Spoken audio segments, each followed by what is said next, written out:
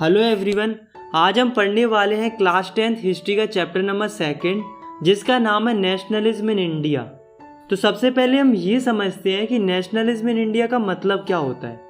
तो नेशनलिज्म का मतलब होता है अपने देश के प्रति प्यार और गर्व की भावना होना, जिसे हम आसान भाषा में देशभक्ति भी कह सकते हैं। तो आखिर हमारे देश इंडिया के लोगों के बीच में देशभक्ति की भावना कैसे पैदा हुई और इस फीलिंग को पाने के लिए हमारे देश के लोगों ने क्या क्या स्ट्रगल किया, चलिए जानते हैं इस वीडियो में।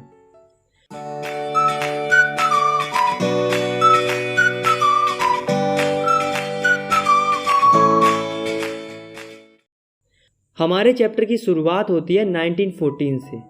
ये वो साल थी जब विश्व की दो महान शक्तियां आपस में लड़ाई लड़ने लगती हैं। एक तरफ थी अलाइड पावर्स और दूसरी तरफ थी सेंट्रल पावर्स। अलाइड्स पावर्स में थे रूस, ब्रिटेन, अमेरिका, जापान, ये देश आते थे। और सेंट्रल पावर में ऑस्ट्रो हंगेरियन, जर्मनी और ऑटोमन एम्पायर आते थे। तो ये दोनों ही पावर आपस में लड़ाई लड़ रही थी और इसी लड़ाई को वर्ल्ड वॉर फर्स्ट के नाम से जाना गया। अब आप लोग ज़रा ध्यान दो, इसमें जो ब्रिटेन है वो भी ये लड़ाई लड़ रहा था। हमारी इंडिया का डायरेक्टली इस वॉर से कोई कनेक्शन नहीं था, लेकिन इनडायरेक्टली कनेक्शन था, क्योंकि उस समय पर जो ब्रिटेन था वो हमारी इंडिया के ऊपर कब्जा बनाए हुए था। यानी कि उस समय पर हम ब्रिटिशर्स की कॉलोनी थे। चूँकि ब्रिटिशर्स इस वॉर को लड़ रहे थे और हम ब्रिटिशर्स की कॉलोनी थे, इसलिए इस वॉर का इम्पैक्ट हमारी इंडिया के ऊपर भी पड़ रहा था। अब क्या इम्पैक्ट पड़ रहा था, चलिए जानते हैं। Impact of first world war on India.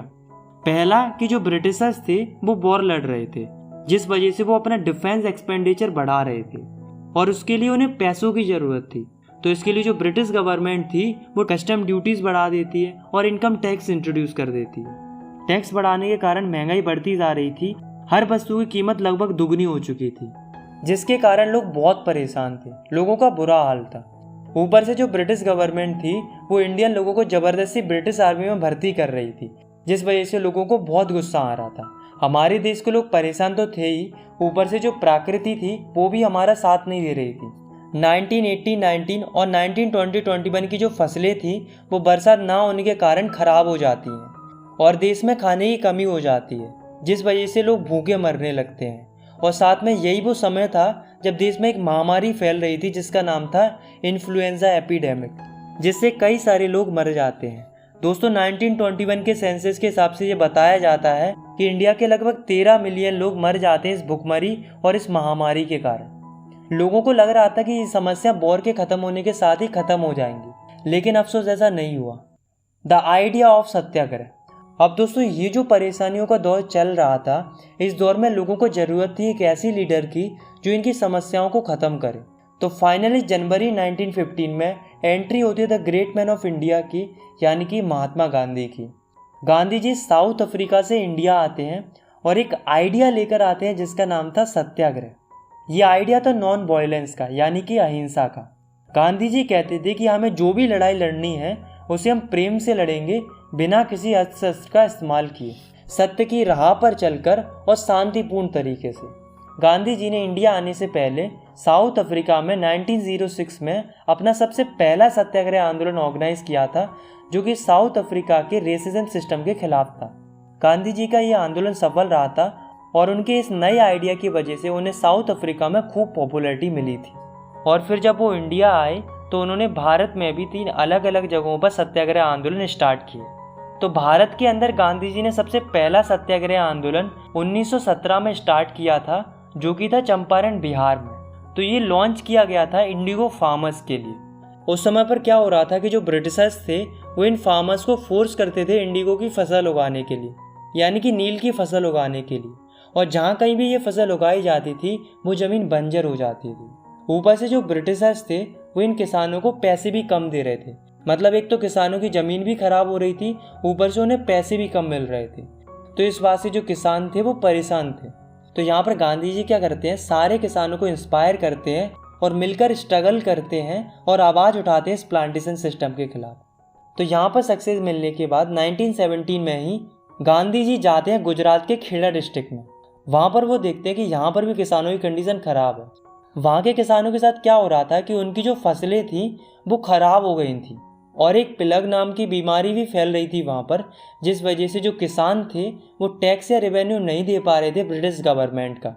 तो गांधी जी इन फार्मर्स को सपोर्ट करते हैं और लॉन्च करते हैं अपना दूसरा सत्याग्रह और डिमांड करते हैं रिलैक्सेशन की। तो गांधी जी का जो दूसरा सत्याग्रह था वो भी सक्सेसफुल रहता है और जो किसानों का टैक्स या रेवेन्यू था वो भी माफ़ हो जाता है। इसके बाद 1918 में गांधी जी जाते हैं अहमदाबाद। अहमदाबाद में क्या हो रहा था कि जो वहाँ के वर्कर्स थे उनको बहुत ही कम वेजेस मिलती थी, यानी कि उनको बहुत कम पैसा मिलता था। तो जो वर्कर्स थे वो परेशान थे क्योंकि चीज़ों के दाम बढ़ रहे थे, इसलिए जो वर्कर्स थे वो थोड़े ज़्यादा वेजेस की डिमांड कर रहे थे। तो इसके लिए जो गांधी जी थे वो उनके सपोर्ट के लिए वो अपना तीसरा सत्याग्रह आंदोलन लॉन्च करते हैं और मांग करते हैं उनकी वेजेस बढ़ाने के लिए। तो ये मूवमेंट भी सक्सेसफुल रहता है। तो गांधी जी लगातार 3 बड़े बड़े सत्याग्रह आंदोलन करते हैं देश के अलग अलग हिस्सों में, जो कि सक्सेसफुल रहते हैं। अब दोस्तों जो आंदोलन हो रहे थे देश के अलग अलग जगहों पर, ये सब देखकर जो ब्रिटिशर्स थे वो शांत थोड़ा ना रहेंगे। ब्रिटिशर्स को इस बात से आ गया गुस्सा। ब्रिटिशर्स ने क्या किया कि एक लॉ पास कर दिया जिसका नाम था रॉलेट एक्ट। तो रॉलेट एक्ट एक कानून था जो कि 1919 में पास किया गया था। ये पास किया गया था इंपीरियल लेजिस्लेटिव काउंसिल के द्वारा, जो कि उस समय की ब्रिटिश पार्लियामेंट थी इंडिया के अंदर। इस लॉ की वजह से जो ब्रिटिश गवर्नमेंट थी उसको बहुत ही ज़्यादा इनॉर्मस पावर मिल जाती है। तो ये लॉ क्या कहता था कि जो भी व्यक्ति रिवॉल्यूशनरी एक्टिविटी करते पाया जाएगा तो उसको सीधा 2 साल के लिए जेल में डाल दिया जाएगा बिना किसी ट्रायल के। मतलब उसको कोई मौका नहीं दिया जाएगा अपनी बेगुनाही साबित करने का। ये लॉ इंडियंस के लिए इतना खराब था कि इस लॉ को ब्लैक लॉ भी बोला जाता था। अब जो ब्रिटिश गवर्नमेंट थी उसको जिस किसी पर भी शक होता था वो उसको सीधा जेल में डाल देती थी 2 साल के लिए, चाहे वो कोई आम नागरिक हो और चाहे वो कोई पॉलिटिकल लीडर हो।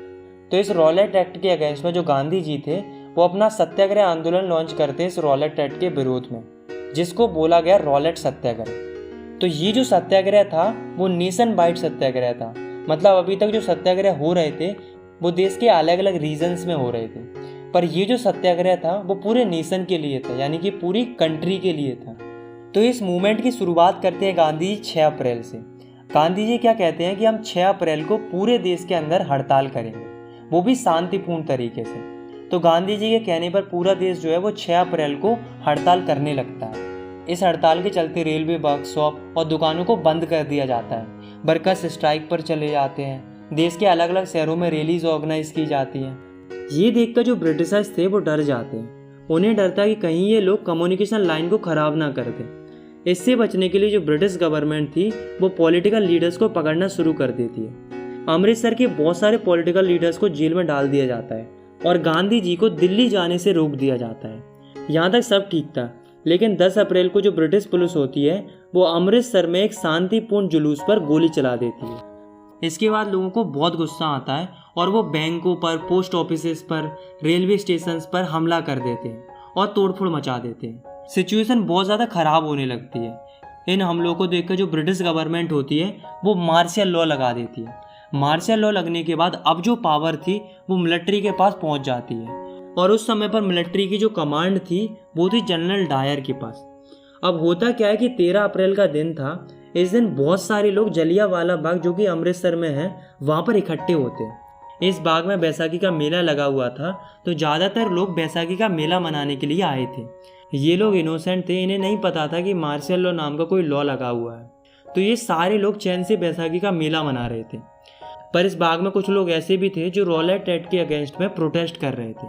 तो जब जनरल डायर को ये सब पता चला कि जलियांवाला बाग में बहुत सारे लोग इकट्ठे हुए हैं, तो वो अपनी मिलिट्री के साथ आता है और बाग के सारे दरवाजों को बंद करवा देता है और लोगों के ऊपर अंधाधुंध गोलियां चलवा देता है, जिस वजह से बहुत सारे इनोसेंट लोगों की जान चली जाती है।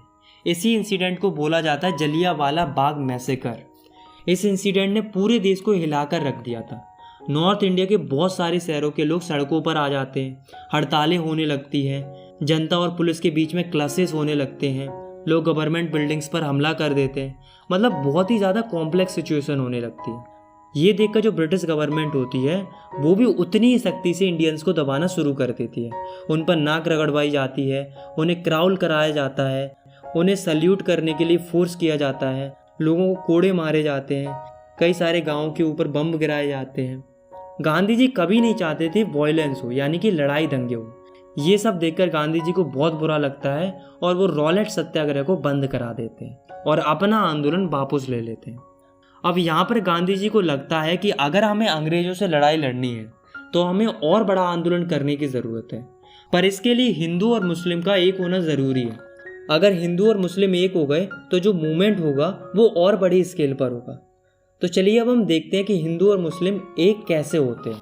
जो हिंदू थे वो डिमांड कर रहे थे स्वराज की, यानी कि इंडिपेंडेंस की, और वो लड़ाई लड़ रहे थे ब्रिटिशर्स के खिलाफ। वहीं जो मुस्लिम थे वो उस समय पर खिलाफत इशू पर काम कर रहे। तो ये खिलाफत इशू क्या था? देखो, वर्ल्ड वॉर फर्स्ट में बहुत सारी कंट्रीज आपस में लड़ रही थी। ऐसे ही जो ब्रिटेन था और जो टर्की था वे भी आपस में लड़ रहे थे। उस समय पर टर्की का जो राजा था वो था कैलीफट, जिसे हिंदी में बोला जाता है खलीफा।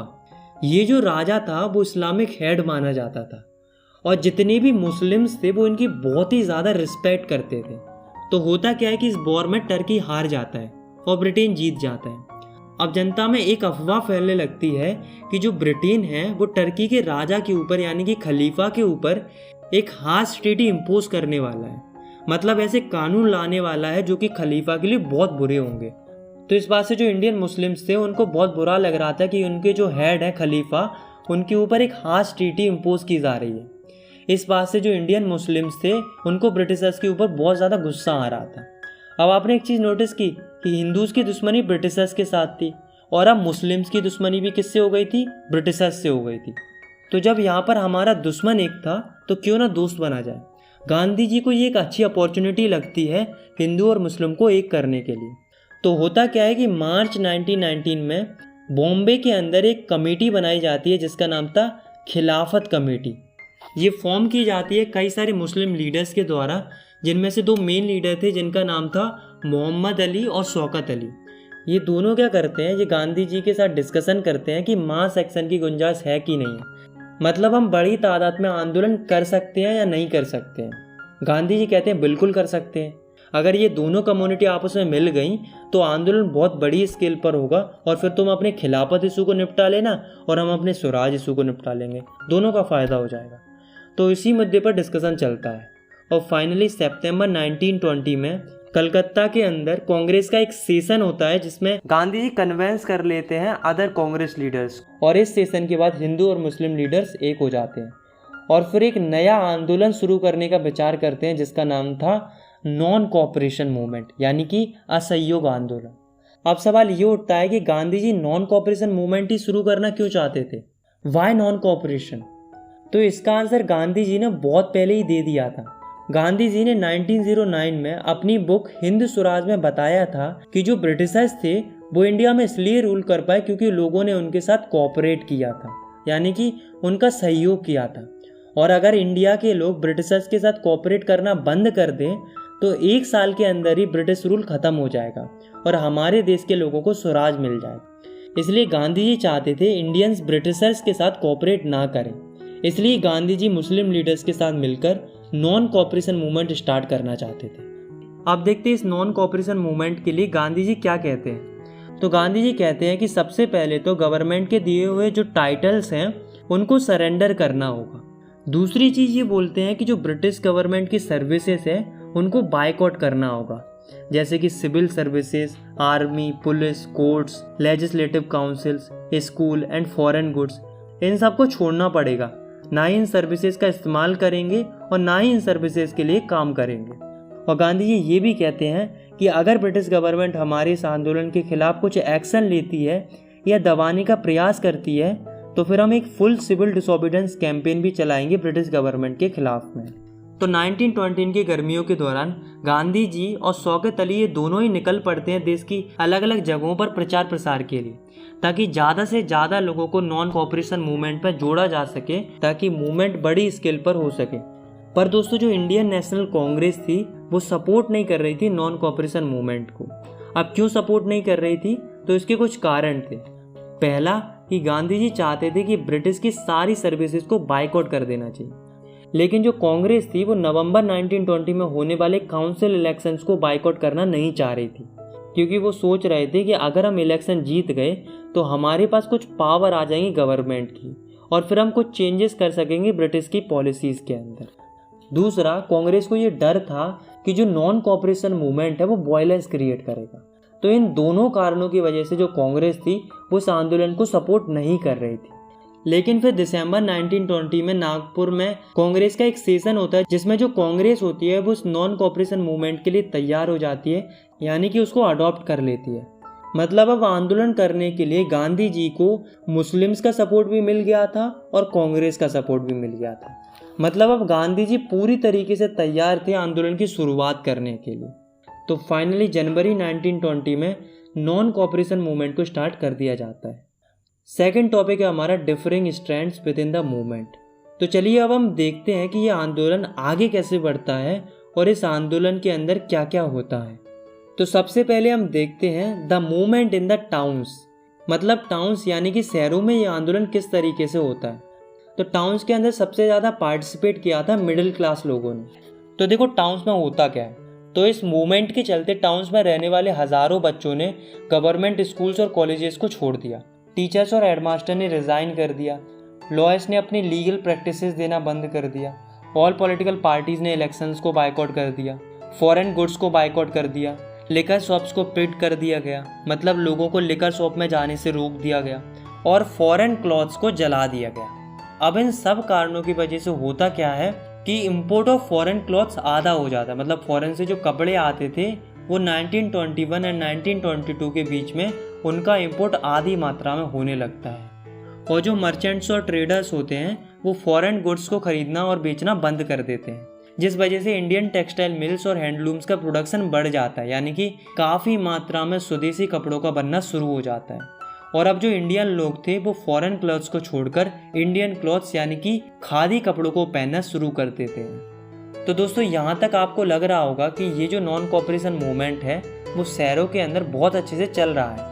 लेकिन अफसोस ऐसा नहीं था। धीरे धीरे क्या होता है कि जो नॉन कोऑपरेशन मूवमेंट था वो शहरों के अंदर धीरे धीरे कमज़ोर पड़ने लगता है, यानी कि स्लो डाउन होने लगता है। अब स्लो डाउन क्यों होने लगता है, तो इसके पीछे कारण थे। पहला कारण था कि जो इंडियन क्लॉथ थे यानी कि जो खादी क्लॉथ्स थे वो बहुत महंगे थे, क्योंकि उन्हें हाथों से बनाया जाता था। इसलिए जो गरीब लोग थे उन्हें मजबूरीवश फॉरेन क्लॉथ्स को खरीदना पड़ रहा था, क्योंकि वो सस्ते थे, क्योंकि वो मशीन से बनते थे। दूसरा कारण था कि इंडियन इंस्टीट्यूशंस की कमी थी। मतलब कि इंडिया के खुद के कोई स्कूल्स और कॉलेजेस नहीं थे, सब ब्रिटिशर्स के थे।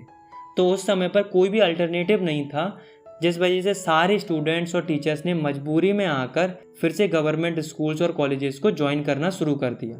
सिमिलरली जो लॉयर थे उनके पास भी कोई और ऑप्शन नहीं था, जिस वजह से वे भी मजबूरी में आकर गवर्नमेंट कोर्स को ज्वाइन कर लेते हैं। तो दोस्तों इन्हीं कारणों की वजह से जो ये मूवमेंट था वो सिटीज़ के अंदर धीरे धीरे कमज़ोर पड़ने लगा था, यानी कि स्लो डाउन होने लगा था। Rebellion in country side. अब हम देखते हैं कि कंट्री साइड में यानी कि ग्रामीण इलाकों में ये मूवमेंट किस तरीके से चल रहा था। तो ग्रामीण इलाकों में दो आंदोलन चल रहे थे। एक था पीजेंट्स का यानी कि किसानों का, और दूसरा था ट्राइबल पॉपुलेशन का यानी कि आदिवासी लोगों का। तो सबसे पहले हम देखते हैं किसानों का आंदोलन। तो इसके लिए हम देखते हैं अवध का केस। तो सिचुएशन क्या थी कि जो किसान थे वो बहुत ज़्यादा परेशान थे। किन से परेशान थे? तुलकदारों, जो बड़े बड़े लैंडलॉर्ड्स होते थे उनसे परेशान थे। अब क्यों परेशान थे? क्योंकि वो काफ़ी ज़्यादा रेंट चार्ज करते थे किसानों से, और वे बेगार भी कराते थे, मतलब कि किसानों पर काम भी कराते थे और उसका उन्हें कोई पैसा भी नहीं देते थे। ये समस्या केवल अवध की नहीं थी बल्कि पूरी कंट्री की थी, लेकिन फ़िलहाल हम अवध का एग्जाम्पल ले रहे हैं इसलिए हम अवध की बात करते हैं। तो जो सारे किसान होते हैं वो डिमांड करते हैं किस चीज़ के लिए? पहला कि रेंट कम कर दिया जाए, दूसरा बेगार को ख़त्म कर दिया जाए, और तीसरा जो ऑपरेसिव लैंडलॉर्ड्स हैं उनका सोशल बायकॉट होना चाहिए। और इन सब में किसानों की मदद करते हैं बाबा रामचंद्र, जो कि एक सन्यासी थे जिन्होंने फीजी में एज अ इंडेंचुरल लेबर काम भी किया था। तो बाबा रामचंद्र और सारे किसान मिलकर जो तुलकदार और लैंडलॉर्ड्स थे उनके अगेंस्ट में अपनी डिमांड्स मनवाने के लिए मूवमेंट स्टार्ट करते हैं, जिसमें ये क्या करते हैं? ये करते हैं नाई धोबी बंद। मतलब जितने भी ऑपरेसिव लैंडलॉर्ड्स थे उनको बेसिक सर्विसेज देना बंद कर देते हैं, जैसे कि जो बार्बर्स थे वो इनके बाल काटना बंद कर देते हैं, और जो वॉशरमैन थे वो इनके कपड़े धोना बंद कर देते हैं। मतलब जो बेसिक सर्विसेज होती हैं उन्हें ही देना बंद कर देते हैं। जैसा कि आपको नाम से ही पता चल रहा होगा, नाई धोबी बंद। समझ रहे हो? नाई धोबी बंद। अब यहाँ पर एक नए लीडर की एंट्री होती है जिनका नाम था पंडित जवाहरलाल नेहरू। तो पंडित जवाहरलाल नेहरू और बाबा रामचंद्र ये दोनों मिलकर एक किसान सभा भी बनाते हैं जिसका नाम था अवध किसान सभा, जो कि किसानों की मदद के लिए अक्टूबर 1920 में बनाई गई थी। ये सभा इतनी अच्छी साबित हुई कि एक महीने में इसकी 300 से ज़्यादा ब्रांचेस खुल जाती हैं आसपास के गाँवों में। तो दोस्तों ये जो किसानों का आंदोलन चल रहा था वो धीरे धीरे वॉयलेंट होने लगता है। जो स्मॉल पीजेंट्स होते हैं वो तुलकदार और मर्चेंट्स के घरों पर अटैक कर देते हैं, बाज़ारों को लूट लेते हैं, ग्रेन्स को इकट्ठा कर लेते हैं। और तो और जो लोकल लीडर्स थे वो ऐसी अफवाह फैला रहे थे, गांधी जी ने कहा है कि छोटे किसान बड़े किसानों की ज़मीनें छीन लें। मतलब जो कोई भी कुछ भी कर रहा था वो ये कह रहा था कि हम तो गांधी जी के कहने पर कर रहे हैं। तो देखा आपने धीरे धीरे जो मूवमेंट था वो वॉयलेंट होने लगा था, जिस वजह से गांधी जी को और अदर कांग्रेस लीडर को इस बात से बहुत बुरा लगता है और धीरे धीरे यहाँ पर भी ये मूवमेंट स्लो होने लगता है। अब हम देखते हैं कि ट्राइबल पॉपुलेशन में ये मूवमेंट किस तरीके से चलता है। तो आंध्र प्रदेश में एक जगह है गूडेम हिल्स के नाम से। वहाँ क्या होता है कि वहाँ की जो ट्राइबल पॉपुलेशन थी, मतलब वहाँ के जो आदिवासी लोग थे, वो अंग्रेजों से बहुत परेशान थे। क्यों परेशान थे? क्योंकि ब्रिटिशर्स ने उनकी फॉरेस्ट एरियाज क्लोज कर दिए थे, मतलब उन्हें जंगलों में जाने से रोक दिया था। और आप तो जानते ही हैं कि जो ट्राइबल पॉपुलेशन होती है वो जंगलों पर कितनी ज़्यादा डिपेंडेंट रहती है। उन्हें लकड़ियाँ चाहिए होती हैं, फ्रूट्स एंड वेजिटेबल चाहिए होते हैं, कैटल्स को चराने के लिए जगह चाहिए होती है, और ये सब उन्हें जंगलों से ही तो मिलता है। इसलिए उनका जो लाइवलीहुड था वो बहुत ज़्यादा अफेक्ट हो रहा था, क्योंकि जो आदिवासी लोग थे वो कई पीढ़ियों से जंगलों में रहना अपना अधिकार समझते थे। उन्हें लग रहा था कि ब्रिटिशर्स उनसे उनका अधिकार छीन रहे हैं। ऊपर से उन्हें बेकारी कराने के लिए भी प्रेशराइज किया जाता था, मतलब बिना पैसों के काम कराने के लिए भी फोर्स किया जाता था।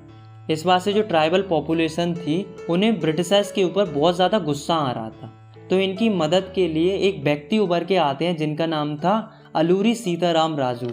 ये क्लेम करते थे कि इनके पास स्पेशल पावर्स हैं प्रेडिक्शन करने की, यानी कि भविष्यवाणी करने की, और ये कहते थे कि गोली भी इनका कुछ नहीं बिगाड़ सकती। ये जो थे वो गांधी जी से बहुत ज़्यादा इंस्पायर थे। ये सबसे बोलते थे कि खादी कपड़े पहनना चाहिए, शराब नहीं पीना चाहिए, पर ये गांधी जी की एक बात के बिल्कुल खिलाफ थे।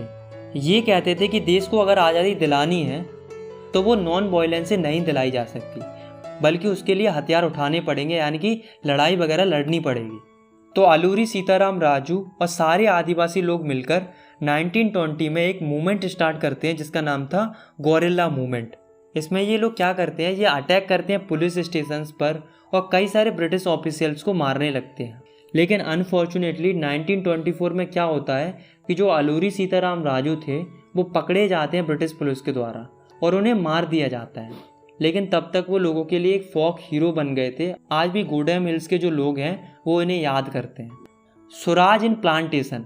दोस्तों पहले क्या होता था कि बहुत सारे लोग असम में एज अ प्लांटेशन वर्कर काम किया करते थे टी गार्डन्स में। तो 1859 में क्या हुआ था कि एक इनलैंड इमिग्रेशन नाम का एक एक्ट पास हुआ था, जिसके मुताबिक कोई भी प्लांटेशन वर्कर्स विदाउट परमिशन के टी गार्डन को छोड़कर नहीं जा सकता था। लेकिन जब वर्कर्स को पता चला कि गांधी जी ने नॉन कोऑपरेशन मूवमेंट स्टार्ट किया है तो बहुत सारे वर्कर्स प्लांटेशन फील्ड्स को छोड़कर भागने लगते हैं। लेकिन जब ये अपने घरों की तरफ जा रहे होते हैं तब उन्हें रास्ते में ही ब्रिटिश पुलिस पकड़ लेती है और उन्हें बहुत ही बुरी तरीके से मारा जाता है। तो दोस्तों अभी तक हमने अलग अलग जगहों के मूवमेंट के बारे में देखा। हमने सिटीज़ के मूवमेंट को देखा, गांव के मूवमेंट्स को देखा, ट्राइबल और प्लांटेशन वर्कर्स के मूवमेंट को देखा। तो यहाँ पर हमें क्या देखने को मिला कि लोग गांधी जी के नॉन कोऑपरेशन मूवमेंट को अलग अलग तरीक़ों से इंटरप्रेट कर रहे थे। सब लोग अलग अलग तरह से सोच रहे थे, सबके लिए स्वराज का मतलब अलग अलग था। और हमने ये भी देखा कि धीरे धीरे ये मूवमेंट वॉयलेंट होने लगा था, यानी कि हिंसक होने लगा था। इसी दौरान 1992 में क्या होता है, एक चौरी चौरा इंसिडेंट होता है। चौरी चौरा एक जगह है गोरखपुर डिस्ट्रिक्ट में। तो यहाँ क्या होता है कि बहुत सारे लोग यहाँ पर शांतिपूर्ण तरीके से प्रदर्शन कर रहे थे, यानी कि पीसफुल डिमॉन्स्ट्रेशन कर रहे थे मार्केट के अंदर। तो जो वहाँ की लोकल पुलिस थी वो इनके ऊपर अटैक कर देती है, यानी कि इनके ऊपर लाठीचार्ज कर देती है। इस बात से लोगों को पुलिस पर गुस्सा आ जाता है और कुछ लोग पुलिस स्टेशन में जाते हैं और वहाँ पर आग लगा देते हैं, जिसमें कुछ पुलिसमैन भी मर जाते हैं। ये सब वायलेंस को देखकर गांधी जी को और बुरा लगता है और वे नॉन कोऑपरेशन मूवमेंट को विड्रॉ कर लेते हैं, यानी कि बंद करा देते हैं। तो यहाँ पर जो नॉन कोऑपरेशन मूवमेंट था वो ख़त्म हो जाता है। थर्ड टॉपिक है हमारा टुवर्ड्स सिविल डिसोबीडियंस मूवमेंट। दोस्तों नॉन कोऑपरेशन मूवमेंट के ख़त्म होने के बाद गांधी जी को ये समझ में आ जाता है कि कोई भी मास स्ट्रगल करने से पहले लोगों को प्रॉपरली ट्रेन होना ज़रूरी है। लोगों को ये पता होना चाहिए कि मूवमेंट किस तरीके से करना है और मूवमेंट का मकसद क्या है, ताकि लोग पहले की तरह गलत तरीके से इंटरप्रेट ना करें। अब दोस्तों क्या होता है कि कांग्रेस के कुछ लीडर्स को ये लगता है कि हमें मास स्ट्रगल करने की बजाय इलेक्शन में पार्टिसिपेट करना चाहिए, जिससे हम काउंसिल में ही रहकर ब्रिटिश पॉलिसीज़ को अपोज कर सकते हैं। तो इसके लिए दो लीडर्स थे जिनका नाम था CR दास और मोतीलाल नेहरू। ये क्या करते हैं, एक पार्टी बनाते हैं जिसका नाम था स्वराज पार्टी। लेकिन दोस्तों जो जवाहरलाल नेहरू थे और जो सुभाष चंद्र बोस थे वो इसमें पार्टिसिपेट ही नहीं करते। वो कहते हैं कि अगर लोगों को पूर्ण स्वराज दिलाना है तो उसके लिए और बड़ा स्ट्रगल करने की ज़रूरत है, ना कि इलेक्शन लड़ने की। लेकिन दोस्तों उस समय पर इंडिया की सिचुएशन कुछ और चल रही थी। दोस्तों दो ऐसे फैक्टर्स थे जिन्होंने हमारी पॉलिटिक्स को काफ़ी ज़्यादा शेप किया, यानी कि काफ़ी ज़्यादा इम्प्रूव किया। पहला फैक्टर था ग्रेट इकोनॉमिक डिप्रेशन। हमने इसके बारे में क्लास 9th में भी पढ़ा था। ये स्टार्ट हुआ था 1929 में। तो इस ग्रेट इकोनॉमिक डिप्रेशन की वजह से इंडिया के ऊपर बहुत बुरा इम्पैक्ट पड़ा था। क्या इम्पैक्ट पड़ा था? पहला कि इस डिप्रेशन के चलते इंडिया में एग्रीकल्चर प्राइसेस बिल्कुल ही कम हो जाती है। दूसरा, एग्रीकल्चर गुड्स की डिमांड कम हो जाती है और एक्सपोर्ट कम हो जाता है, जिस वजह से जो किसान थे वो अपनी फसलें नहीं बेच पा रहे थे और ना ही ब्रिटिशर्स को टैक्स दे पा रहे थे। दूसरा फैक्टर था साइमन कमीशन। देखो क्या था कि ब्रिटेन में एक गवर्नमेंट थी जिसका नाम था टोरी गवर्नमेंट। तो ब्रिटेन की गवर्नमेंट क्या करती है, ये एक कमीशन बनाती है 1927 में, यानी कि कुछ लोगों का एक ग्रुप बनाती है। इस कमीशन को जो लीड कर रहे थे वो थे सर जॉन साइमन, इसलिए इस कमीशन को बोला गया साइमन कमीशन। ये कमीशन क्यों बनाया गया था, इसका ऑब्जेक्टिव क्या था? इसका ऑब्जेक्टिव था इंडिया के कॉन्स्टिट्यूशन को रिव्यू करना और कुछ चेंजेस को सजेस्ट करना, क्योंकि इंडियन लोग पुराने ब्रिटिशर्स के कॉन्स्टिट्यूशन से खुश नहीं थे। पर इस कमीशन में एक प्रॉब्लम थी कि इसमें 7 मेंबर थे और 7 मेंबर ब्रिटिशर्स थे, कोई भी इंडियन नहीं था। तो ये बात इंडियंस को सही नहीं लग रही थी कि एक तो इंडिया के कॉन्स्टिट्यूशन के लिए आ रहे हैं और ऊपर से उसमें इंडिया का कोई भी मेंबर ही नहीं है। तो ये प्रॉब्लम थी। तो जब ये कमीशन 1928 में इंडिया आता है तो बहुत सारे लोग इसका विरोध करते हैं, चाहे वो कांग्रेस हो और चाहे वो मुस्लिम लीग हो। सारे लोग मिलकर साइमन कमीशन का विरोध करते हैं और जोरों शोरों से नारा लगाते हैं, गो बैक साइमन, यानी कि साइमन तुम वापस चले जाओ। इतना हंगामा देखकर ब्रिटिश गवर्नमेंट को लगा कि कहीं सिचुएशन हाथ से ना निकल जाए। तो उस समय पर ब्रिटिश गवर्नमेंट का जो वाइसरॉय था वो था लॉर्ड इरविन। तो लॉर्ड इरविन सिचुएशन को कंट्रोल करने के लिए हमें 2 ऑफर देता है। पहला ऑफर देता है इंडिया के डोमिनेशन स्टेटस का। मतलब लॉर्ड इरविन कहता है कि आप इंडिया का डोमिनेशन स्टेटस ले लो, मतलब आप ही लोग रूल करना, आप ही लोग सब कुछ करना, लेकिन इंडिया रहेगा ब्रिटिशर्स के ही अंडर में। और दूसरा ऑफर देता है कि हम एक राउंड टेबल कॉन्फ्रेंस करेंगे जिसमें इंडिया के फ्यूचर कॉन्स्टिट्यूशन के बारे में डिस्कस करेंगे। तो ये 2 ऑफर देता है। लेकिन जो कांग्रेस थी वो इन दोनों ऑफर से खुश नहीं थी, स्पेशली जो रेडिकल्स थे, यानी कि जो गर्म स्वभाव के व्यक्ति थे कांग्रेस के अंदर, जैसे कि जवाहरलाल नेहरू और सुभाष चंद्र बोस। ये कह रहे थे कि हमें डोमिनेशन स्टेटस नहीं चाहिए, हमें छोटी मोटी आज़ादी नहीं चाहिए, हमें पूरी आज़ादी चाहिए, यानी कि पूर्ण स्वराज चाहिए। इसी बात को इन दिसंबर 1929 में जब लाहौर में कांग्रेस का सेशन होता है तो वहाँ पर पंडित जवाहरलाल नेहरू एक रेजोल्यूशन पास करते हैं और ऑफिशियली डिमांड करते हैं पूर्ण स्वराज की, यानी कि फुल इंडिपेंडेंस की। और ये ऐलान करते हैं कि हम आने वाली 26 जनवरी 1930 को as a independence day celebrate करेंगे और हम आज़ादी की लड़ाई के लिए शपथ भी लेंगे। पर अफसोस इस बात को ज़्यादा टेंशन नहीं मिलता है और बहुत कम ही लोग इस डे को सेलिब्रेट करते हैं। The salt march and the civil disobedience movement, ये सब देखकर गांधी जी को लगा कि पहले लोगों को एकजुट करना ज़रूरी है, तब जाकर कुछ अच्छा मूवमेंट हो पाएगा। तो इस समय पर गांधी जी को एक ऐसी चीज़ की तलाश थी जिससे लोगों को यूनाइट किया जा सके, यानी कि लोगों को एकजुट किया जा सके। तो ये सारी खूबियाँ गांधी जी को दिखती है नमक में। गांधी जी को लगा कि सॉल्ट एक अच्छा सिंबल बन सकता है लोगों को यूनाइट करने के लिए। अब सवाल ये उठता है कि गांधी जी ने नमक में ऐसा क्या देखा जो उन्होंने इसे पावरफुल सिंबल बना दिया कंट्री को यूनाइट करने के। तो इसमें 3 पॉइंट है। पहला कि नमक हर कोई इस्तेमाल करता है, चाहे वो अमीर हो चाहे वो गरीब हो। दूसरा कि पहले क्या होता था कि जो ब्रिटिश गवर्नमेंट थी वो नमक पर काफ़ी ज़्यादा टैक्स लेती थी, और सॉल्ट का प्रोडक्शन भी केवल ब्रिटिश गवर्नमेंट ही कर सकती थी, इंडियंस नहीं कर सकते थे। मतलब समझ रहे हो, हमारी नमक पर टैक्स ले रहे थे और ऊपर से हमें नमक भी नहीं बनाने दे रहे थे।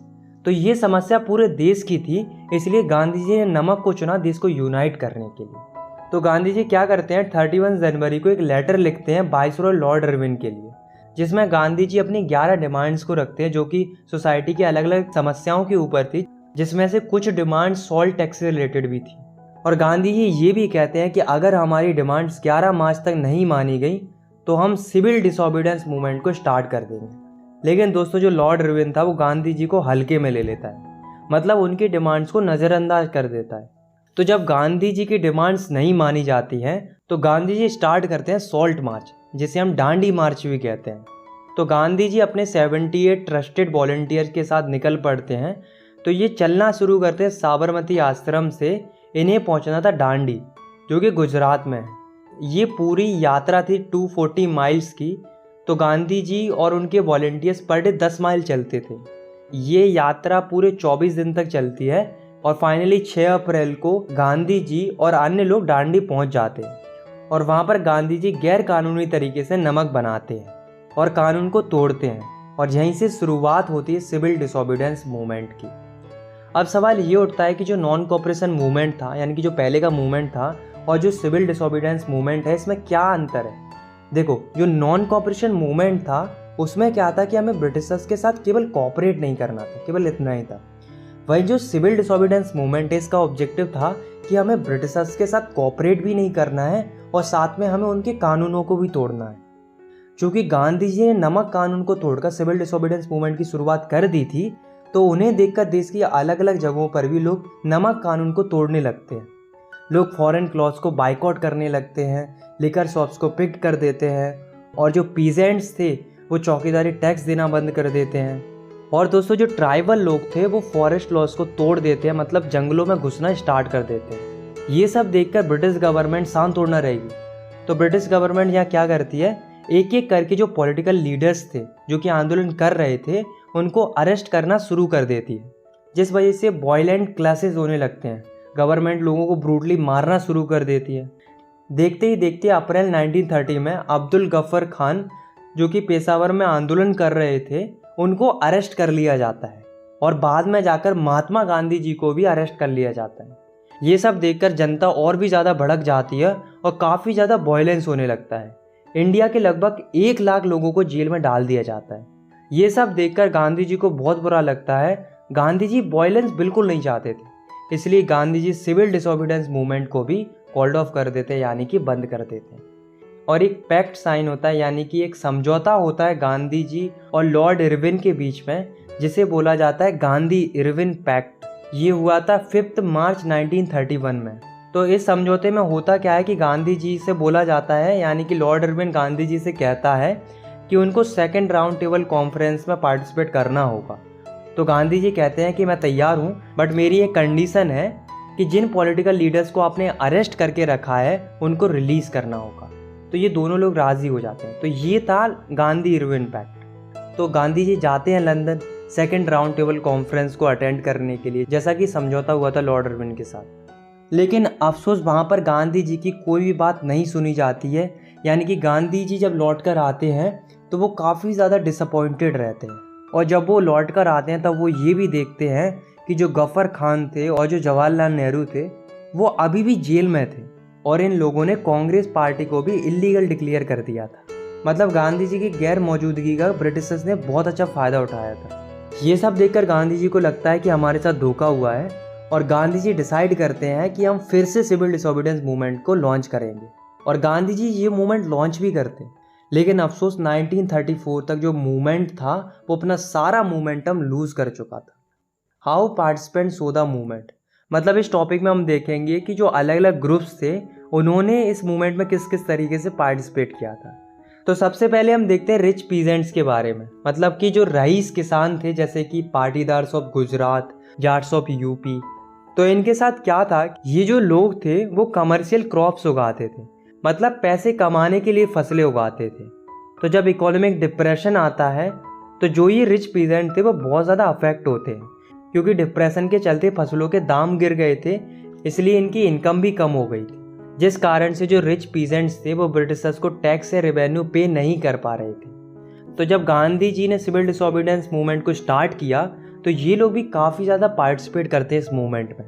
और ये क्यों पार्टिसिपेट करते हैं? क्योंकि इन्हें हाई रेवेन्यू को कम करवाना था। लेकिन इन्हें इस बात से बहुत बुरा लगता है और ये काफ़ी ज़्यादा डिसअपॉइंटेड होते हैं इस बात से कि जो सिविल डिसोबीडियंस मूवमेंट होता है वो बंद कर दिया जाता है 1931 में, और उनका जो रेवेन्यू रेट था वो भी कम नहीं हुआ था। तो जब गांधी जी ने सिविल डिसोबीडियंस मूवमेंट को फिर से लॉन्च किया तो इन लोगों ने 1932 में फिर से पार्टिसिपेट नहीं किया, क्योंकि ये सोच रहे थे कि कोई फ़ायदा ही नहीं होता तो क्यों करे पार्टिसिपेट। तो अब हम देखते हैं पुअर पीजेंट्स के बारे में, यानी कि जो पुअर पीजेंट्स थे, यानी कि जो गरीब किसान थे, उन्होंने किस तरीके से पार्टिसिपेट किया था और क्यों किया था। तो जो पुअर पीजेंट्स थे वो क्या करते थे, उनके पास खुद की ज़मीन तो होती नहीं थी, इसलिए वे बड़े बड़े लैंडलॉर्ड्स यानी कि जो बड़े बड़े ज़मींदार होते थे उनकी ज़मीन पर खेती करते थे और उनके बदले में उन्हें रेंट देते थे। तो जो इकोनॉमिक डिप्रेशन था वो कंटिन्यू था, जिस वजह से जो स्मॉल पीजेंट्स थे वे लैंडलॉर्ड्स को रेंट नहीं दे पा रहे थे। तो जब मूवमेंट स्टार्ट हुआ तो ये डिमांड करते हैं कि जो लैंडलॉर्ड्स हैं वो इनके अनपेड रेंट को माफ़ कर दे, यानी कि जो बकाया रेंट है उसको माफ़ कर दे। लेकिन दोस्तों जो कांग्रेस थी वो इस नो रेंट कैंपेन को सपोर्ट नहीं कर रही थी, क्योंकि ये इन रिच पीजेंट्स यानी कि जो बड़े बड़े जमींदार थे उनसे बिगाड़ना नहीं चाह रही थी, क्योंकि अगर ये पुअर पीजेंट्स को सपोर्ट करेंगे कहीं जो बड़े बड़े लैंडलॉर्ड्स हैं वो नाराज़ ना हो जाएं, इस डर से ये पुअर पीजेंट्स को सपोर्ट ही नहीं करते। अब हम देखते हैं कि जो बिजनेस क्लास थी उसने किस तरीके से और क्यों पार्टिसिपेट किया था। तो दोस्तों जो बिजनेस क्लास थी, जैसे कि जो मर्चेंट्स थे, इंडस्ट्रियलिस्ट थे, इनकी उस समय पर दो समस्याएं चल रही थी। पहली कि जो ब्रिटिश गवर्नमेंट थी उसने ऐसी पॉलिसीज़ बना रखी थी जो इनकी बिजनेस एक्टिविटीज़ को रिस्ट्रिक्ट करती थी, मतलब ऐसे कानून बना रखे थे जिससे बिजनेसमैन खुल के बिजनेस नहीं कर पा रहे थे। इनके ऊपर रिस्ट्रिक्शन थे कि ये नहीं कर सकते, वो नहीं कर सकते, लाइक दैट। तो ये चाह रहे थे कि ऐसी पॉलिसीज़ को हटना चाहिए जो इनकी बिजनेस एक्टिविटीज़ को रिस्ट्रिक्ट करती हैं। दूसरी समस्या थी कि इंडिया में बाहर से फॉरेन गुड्स इंपोर्ट होता था, जिस वजह से जो बिजनेस क्लास थी उसे बहुत ज़्यादा लॉस होता था, क्योंकि जो फॉरेन गुड्स होते थे वो बहुत सस्ते होते थे, तो ऐसे में इनका सामान तो कोई खरीदेगा ही नहीं। इसलिए जो बिजनेस क्लास थी वो ये चाह रही थी कि जो फॉरेन गुड्स का इंपोर्ट हो रहा है इंडिया में वो रोक दिया जाए। इसके लिए जो बिजनेस क्लास थी वो दो फेडरेशन भी बनाती है, जिसका नाम था Indian industrial and commercial Congress, जो कि 1920 में बनाई गई थी, और दूसरी थी federation of Indian chamber of commerce and industries, यानी कि FICCI फिक्की, जो कि 1927 में बनाई गई थी।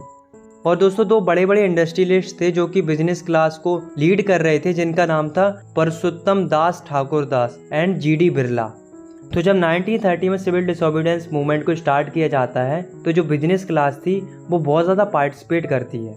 ये क्या करते हैं, जो बाहर से सामान इंपोर्ट होता था उसे खरीदना और बेचना बंद कर देते हैं, और साथ में ये मूवमेंट को फाइनेंशियली सपोर्ट भी करते हैं, मतलब मूवमेंट के लिए पैसे वगैरह देते हैं।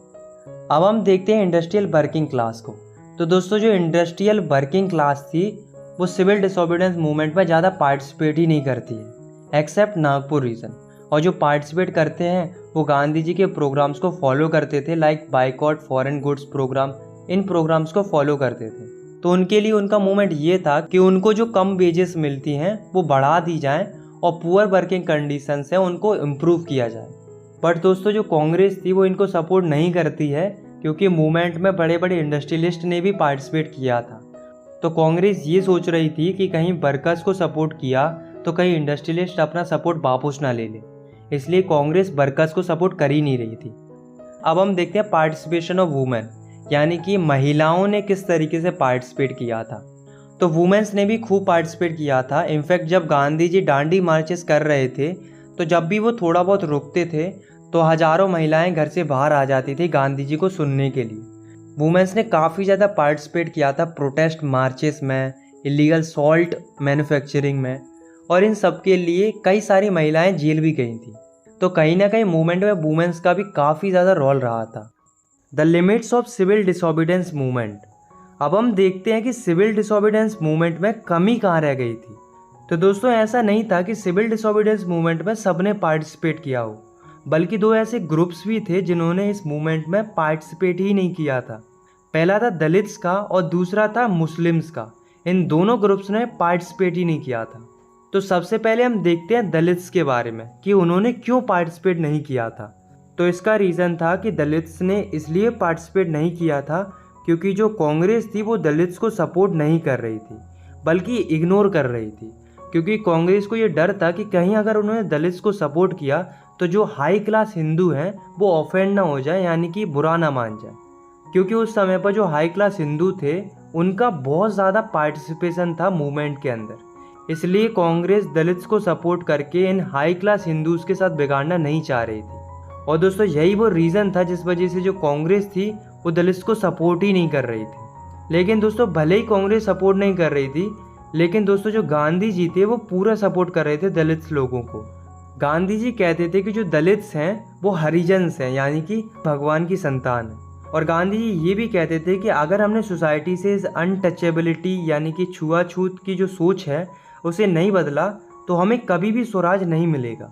इसलिए जो दलित्स लीडर थे वो एक सेपरेट इलेक्टोरेट की मांग कर रहे थे, मतलब एक अलग से इलेक्टोरेट की मांग कर रहे थे दलित्स के लिए।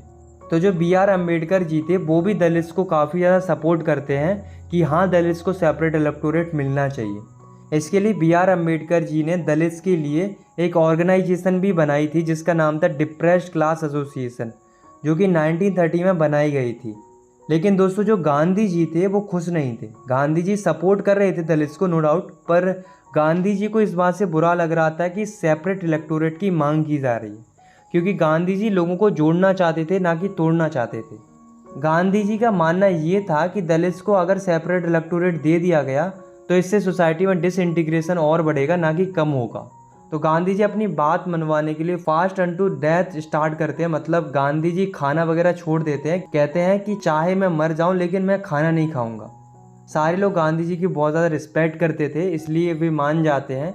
फिर क्या होता है, एक पूना पैक्ट साइन होता है सितंबर 1932 में, मतलब कि एक समझौता होता है अम्बेडकर जी और गांधी जी के बीच में, जिसमें गांधी जी प्रॉमिस करते हैं कि मैं सेपरेट इलेक्टोरेट तो नहीं पर मैं डिप्रेस्ड क्लास के लिए सीट रिजर्व ज़रूर करवा दूंगा provisional and central legislative council में।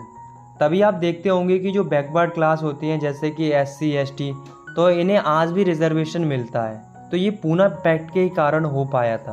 अब हम बात करते हैं मुस्लिम कम्युनिटी की। तो मुस्लिम कम्युनिटी ने भी सिविल डिसोबीडियंस मूवमेंट में पार्टिसिपेट नहीं किया था। अब क्यों पार्टिसिपेट नहीं किया था, इसके पीछे कारण थे। देखो, जैसा कि आप सभी को पता है कि जब नॉन कोऑपरेशन खिलाफत मूवमेंट स्टार्ट हुआ था तब हिंदूज और मुस्लिम एक साथ स्ट्रगल कर रहे थे, मतलब यूनाइटेड थे। लेकिन धीरे धीरे क्या होता है कि हिंदूज और मुस्लिम्स के बीच में टेंशन बढ़ने लगता है। क्यों बढ़ने लगता है? क्योंकि रिलीजन के बेसिस पर, यानी कि धर्म के बेसिस पर अलग अलग ऑर्गेनाइजेशन बनने लगते हैं। जैसे कि हिंदुओं के लिए एक ऑर्गेनाइजेशन था हिंदू महासभा करके, और मुस्लिम्स के लिए एक ऑर्गेनाइजेशन था मुस्लिम लीग करके। तो ये ऑर्गेनाइजेशन जब पावर में आने लगे तो इन दोनों कम्युनिटीज़ में टेंशन काफ़ी ज़्यादा बढ़ने लगा था। लेकिन 1927 में कांग्रेस और मुस्लिम लीग ने अलायंस बनाना चाहा ताकि ब्रिटिशर्स के खिलाफ मिलकर लड़ाई लड़ी जा सके। मुस्लिम कम्युनिटी के एक लीडर थे जिनका नाम था मोहम्मद अली जिन्ना। तो ये डिमांड करते हैं एक सेपरेट इलेक्टोरेट की, बट जो कांग्रेस थी वो इसके लिए राज़ी नहीं होती है। वो कह रही थी कि सबके लिए जॉइंट इलेक्टोरेट होना चाहिए, ना कि अलग से कोई इलेक्टोरेट होना चाहिए। तो बहुत कन्वेंस करने के बाद मोहम्मद अली जिन्ना तैयार हो जाते हैं जॉइंट इलेक्टोरेट के लिए, पर इनकी कुछ कंडीशंस थी। जैसे कि वो चाहते थे कि सेंट्रल असेंबली में मुस्लिम्स के लिए 1/3 सीट रिजर्व कर दी जाए, और बंगाल और पंजाब में जितनी मुस्लिम पॉपुलेशन है उसी के हिसाब से सीट मिले। मगर कांग्रेस ने इन कंडीशंस को नहीं माना, जिस वजह से कांग्रेस और मुस्लिम लीग के बीच में दूरियां बढ़ती गई। इसलिए जब 1930 में गांधी जी ने सिविल डिसोबीडियंस मूवमेंट स्टार्ट किया तब मुस्लिम कम्युनिटी ने पार्टिसिपेट ही नहीं किया था। लास्ट टॉपिक है हमारा the sense of collective blogging. मतलब इस टॉपिक में हम पढ़ेंगे कि लोगों में सेंस ऑफ कलेक्टिव ब्लॉगिंगनेस कैसे आती है, मतलब सामूहिक अपनेपन का भाव कैसे पैदा होता है। तो इसमें 5 पॉइंट है। पहला है यूनाइटेड स्ट्रगल। उस समय पर क्या था कि सब लोगों का एक ही मकसद था कि इंडिया को ब्रिटिशर्स से आज़ाद कराना। तो यानी कि यहाँ पर सबका एक ही विज़न था। तो सभी लोग मिलकर स्ट्रगल करते हैं, जिस वजह से लोग यूनाइट होने लगते हैं, लोगों में यूनिटी की फीलिंग्स आने लगती हैं। दूसरा है कल्चरल प्रोसेसेस। दोस्तों, लोगों ने अपने देश के कल्चर के साथ रिलेट करना स्टार्ट कर दिया था। बहुत सारी folk stories, folk song, regional language, इन सब के चलते लोग अपने कल्चर्स के साथ जुड़ने लगते हैं, यानी कि अपने कल्चर के साथ रिलेट करने लगते हैं। तीसरा है फिगर्स एंड इमेजेस। 18th और 19th सेंचुरी में जो आर्टिस्ट थे वो कंट्रीज़ को रिप्रेजेंट करते थे अलग अलग एलोगोरीज के थ्रू, जैसे कि जर्मनी की एलोगोरी थी जर्मेनिया, फ्रांस की एलोगोरी थी मैरियन।